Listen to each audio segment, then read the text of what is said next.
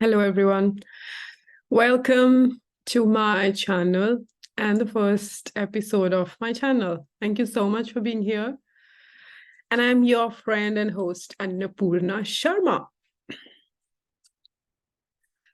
I'm hoping most of you know me. The fact that this is the first episode and you're here, then definitely it means you know me. And we hold a special connection, and I hold a special place in my heart for you. And the other way around as well. Thank you so much for being here.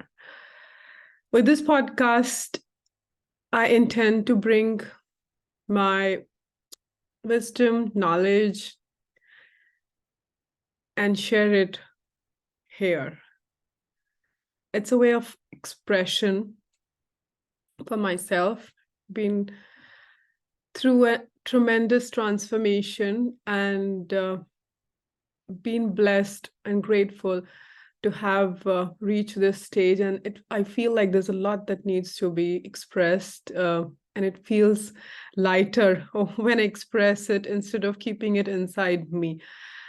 And it just constantly keeps coming, and I need to express it. And that's the reason for me to start this channel by his guidance. Let's see where it takes. And it doesn't matter, one step at a time, one episode at a time. Today, I want to tell you that I am a rapid transformational therapist. I'm a coach. I also work for a leading sportswear brand here at On. It's a Swiss brand, and I'm grateful for the culture and experience that I've been having and everything that I've got from my job. But this episode is about me, right? So I don't know if what I should tell you about myself, who I am, because I've constantly been changing. My identity has been changing, and I don't know what to say who I am not. All I identify myself as with a human being, a spiritual person here for a human experience. And that's it. That's my identity, I feel.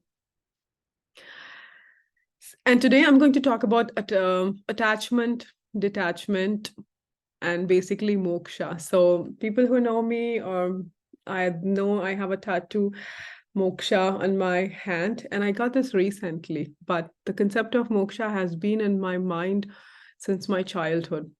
I got it from my guru, Sai Baba. I remember I was in class 7 and I used to go to tuition to a teacher, Neeraja teacher, her name was. I was in Hyderabad, and she used to read out one chapter of Sai Baba's life story to us every day. That's when I got first to know about Sai Baba. And through his stories, there was a concept called moksha. And there was instant resonance with the word moksha and the concept moksha. And there's no wonder that as a child I was resonated to it. And between there was a time when I used to feel, how can a child feel so much, so deep, that she wanted moksha at that age? But now that I have reached a certain stage of my journey, I relate it. Everything is going and happening exactly as it was meant to. So that's where the concept of moksha came to me. And at that point in time, the moksha for me basically meant liberation, freedom, liberation from this pain, freedom from the pain that I was holding on. Nobody wants pain, right? Neither do I want it. And there was a lot of pain in me, which did not find an expression. I could feel others' pain. And I thought there's a lot of pain in this lifetime. And so I just want to get away with this concept of reincarnation, having life, death, the cycle, so that I'm free from this pain. That was my initial idea. And now that I've started working and I'm growing, today I can say moksha is basically freedom from attachment to anything and everything that we think. It's detachment to the identity of ourselves we hold, the detachment to our thoughts, detachment to our feelings, detachment to the way we perceive things, detachment to how we see people, detachment to materialistic things and anything and everything for that matter. And that's where my suffering was coming from as well. People who know me know that I constantly am a being who works on myself. And it was because I wanted not just to be pain free, but I did not want to add pain to others' people's life, or knowingly or unknowingly, you end up doing that. But at least knowingly, you're not doing it. And I wanted to avoid it unknowingly as well. And that's how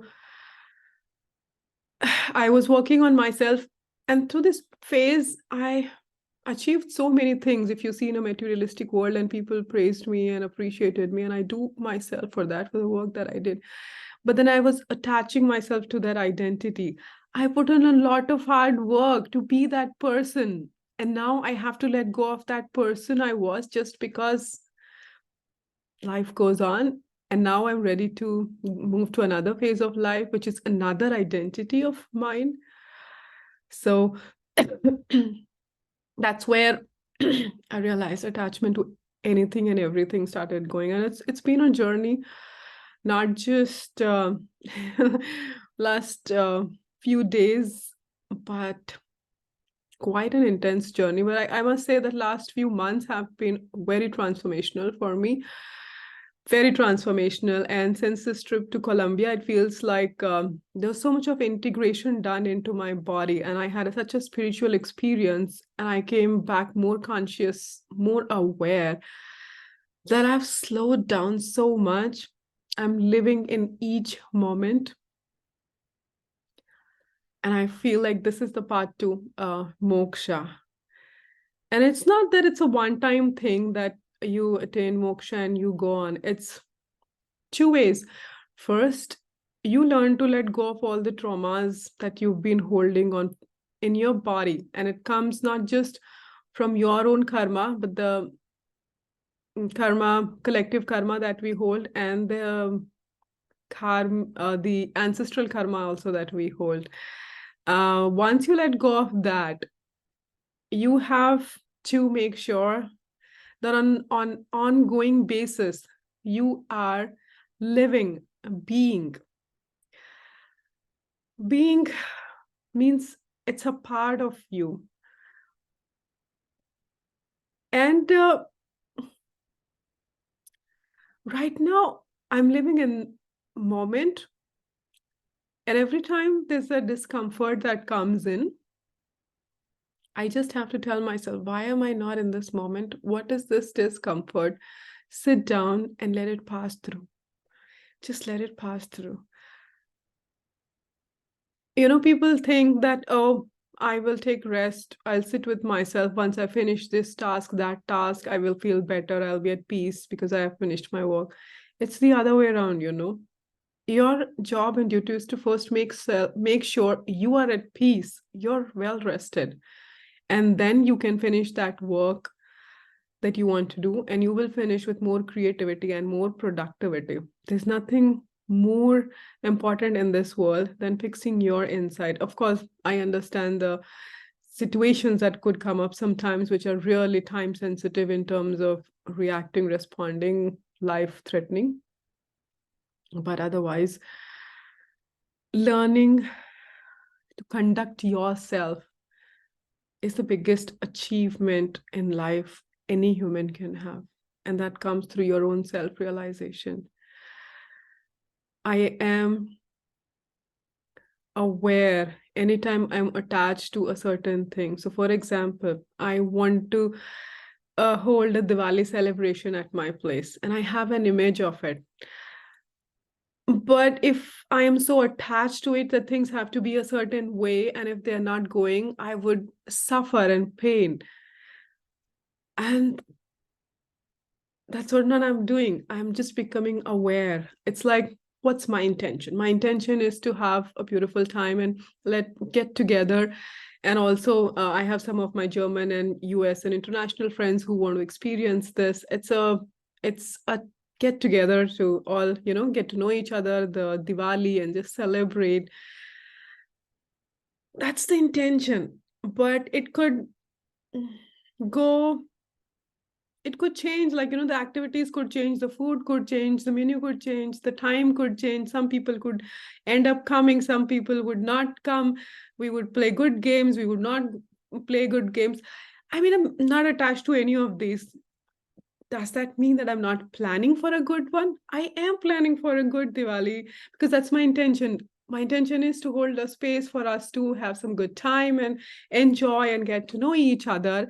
But I am not attached to that. If it happens, happens. If it does not happen, it's fine. I had the best intentions. I did what I had to do, and life goes on. Yeah, well, people have their own plans wherever they want to go. They don't want to go. Who's supposed to be here? Who's not supposed to be here? Who's supposed to have food and not, and all that stuff. So this is how I look at life, and this is just one example.